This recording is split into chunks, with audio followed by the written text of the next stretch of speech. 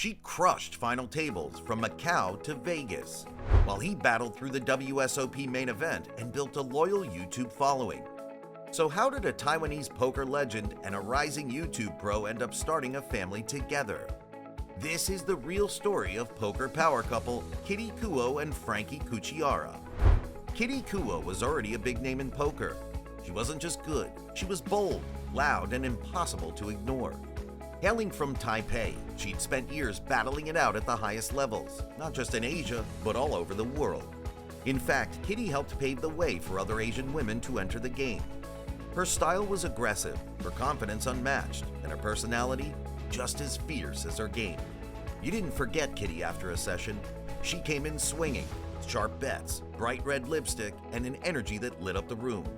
With over $3.6 million in live earnings and a spot on the Natural 8 team, she wasn't just showing up, she was setting the tone. Then there's Frankie C., real name Frank Cucciarra. He came into poker from a different angle, not the flashy high roller route, but through the grind. He started out working behind the scenes, filming, editing, and soaking up everything about the game. He worked with content creators and poker streamers behind the scenes, long before anyone knew his name. That's how he built an eye for the game even before he put real chips on the line. Eventually, he jumped into the action himself, quietly started making a name for his play. He didn't boast, didn't force anything. He just kept making smart choices and going deep in tournaments. His first big pop came in 2022 with a $66,000 cash at the WSOP main event. But Frankie wasn't just a player, he was a storyteller. His YouTube channel gave fans a real look at what poker life actually felt like. The good days, the bad beats, and the slow climb towards something bigger. People didn't just watch, they rooted for him. The two crossed paths in Las Vegas in December 2023. It wasn't some dramatic spark or fairy tale moment. Well, I take all your money, we go date. Just a real conversation that felt different. Kitty had been around plenty of poker players, but Frankie, he stood out. He wasn't trying too hard. He wasn't loud or flashy. He was just himself, calm, thoughtful, grounded, and that stuck with her. By January, Kitty flew out to Dallas to visit him. It was supposed to be casual, but between long poker sessions, home-cooked meals, and late-night talks, something just clicked. There wasn't some grand gesture or cinematic turning point, just two people who understood the chaos of the poker world and found comfort in each other's calm. They'd both spent years navigating the pressure, the travel, the wins, and the losses. This time, they weren't doing it alone. When Kitty got back to Vegas, it was official. They were a thing, and it didn't take long for people to notice. Suddenly, they were popping up at events together, side by side at the tables. It wasn't just that they looked good together, they fit. They had this rhythm. They gave each other space to play their own game, but always showed up when it mattered. And here's the cool part, they weren't even playing for the same things. Kitty had her sights set on poker greatness. Frankie, he was building a life on his own terms. One was chasing legacy, the other chasing freedom, but they still found a way to meet in the middle, right there at the table. While Kitty was already known for shaking up the poker world, Frank's game started leveling up too. By the end of the year, Frankie had stacked up some legit results. He made a deep run in the WSOP main event, brushed a 2K bounty tournament for a 48K score, hit a final table at Resorts World for 14K, and pulled off a strong showing in Florida with a 66K finish, his biggest cash so far. But the biggest change wasn't in his bankroll. It came when he and Kitty stopped just dating and started being seen as a duo in the poker world. To really understand why that connection works, though, you have to look at who Kitty is beyond the table. She grew up in Taipei. Poker wasn't part of the plan. She studied industrial management and even worked at IBM as an engineer before the cards ever came into play. Before poker, Kitty also dabbled in futures trading and options, which gave her a head start on risk-taking.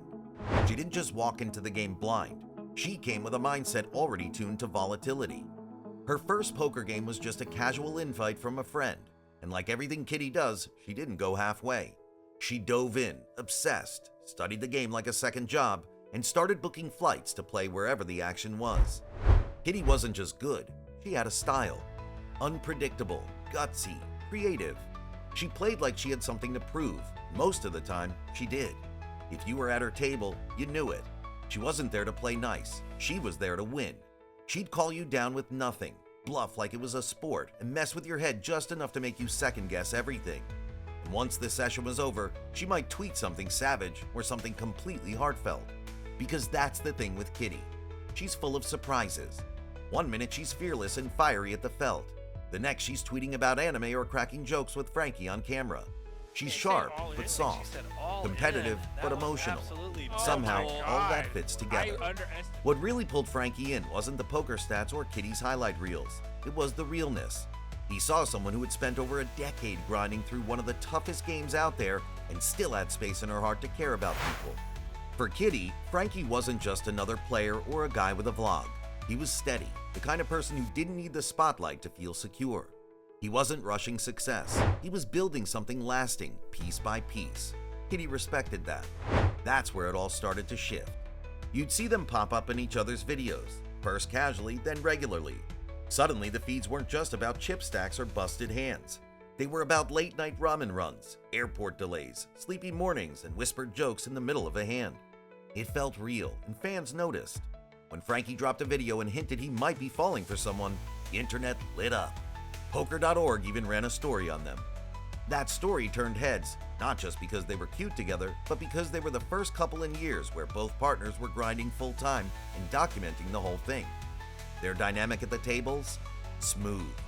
Kitty would be playing a 25K high roller, Frankie grinding a 1K bounty.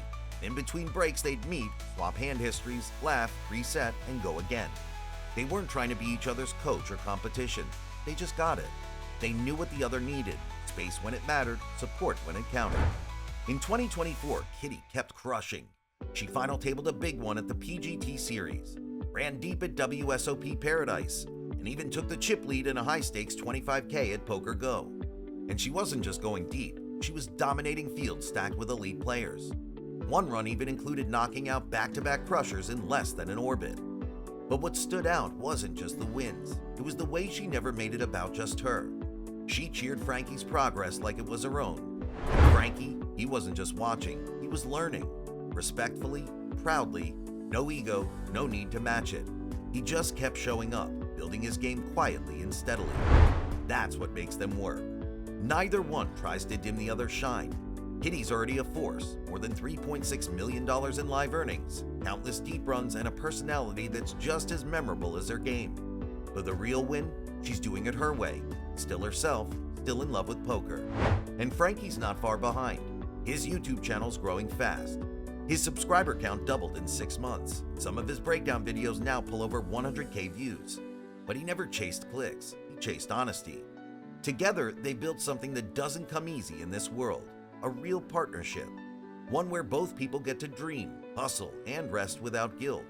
They know what this game takes, and they're not asking each other to give up who they are to keep going. And just when it felt like their story was settling in, they turned the page. Because in 2025, Kitty and Frankie's duo became a trio. In spring 2025, everything changed, but not because of some massive poker win or viral vlog. Kitty and Frankie had a baby, a son. They didn't post a dramatic announcement or do a flashy gender reveal.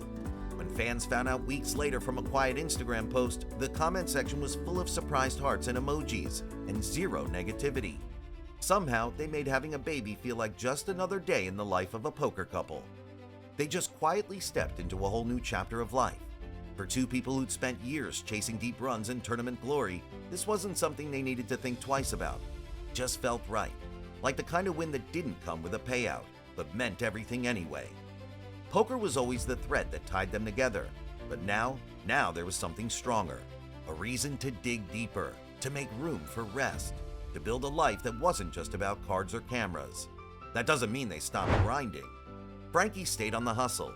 He added more structure to his game, got real about money management on YouTube, and shared what it looked like to balance diapers with deep stacks. Some weeks were chaotic, some tour stops were duds, but something had shifted. He wasn't just playing for the love of the game anymore, he was playing for his family. And that quiet determination he always carried just got louder. Kitty didn't slow down either. Even with a newborn, she stayed sharp, still making final tables, still taking big swings, but now she played with more precision, more clarity. And through all the changes, they kept one thing constant, the way they showed up for each other. Frankie would be on the rail when Kitty made another final table run. Kitty would be right there when Frankie had a rough bust out.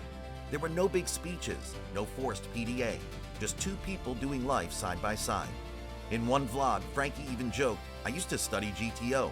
Now I study nap schedules. It was a perfect snapshot of where his priorities had shifted without losing the hustle. And somehow that made it even more powerful. That's the thing about Kitty and Frankie. They're not trying to sell the poker dream. They're living a real one. One with long flights, long nights, missed hands, busted bubbles, late dinners, inside jokes, occasional arguments. The quiet comfort of knowing that no matter how the cards fall, someone has your back. Kitty once said in an interview, "Poker is lonely." And she's right, it is. The hours are long, the losses pile up. The world doesn't always understand it. But when you can find someone who gets it, really gets it changes everything.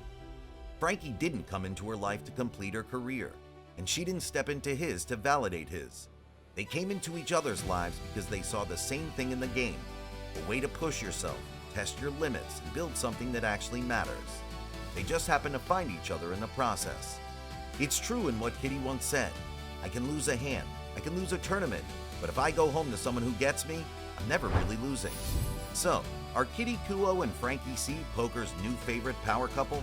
Tell us what you think in the comments. You don't walk away in the middle of a heater. This story's just picking up steam. And if you thought this chapter was wild, wait till you see what's coming Wednesday and Friday. The drama's real, the legends are building, your seat's already reserved.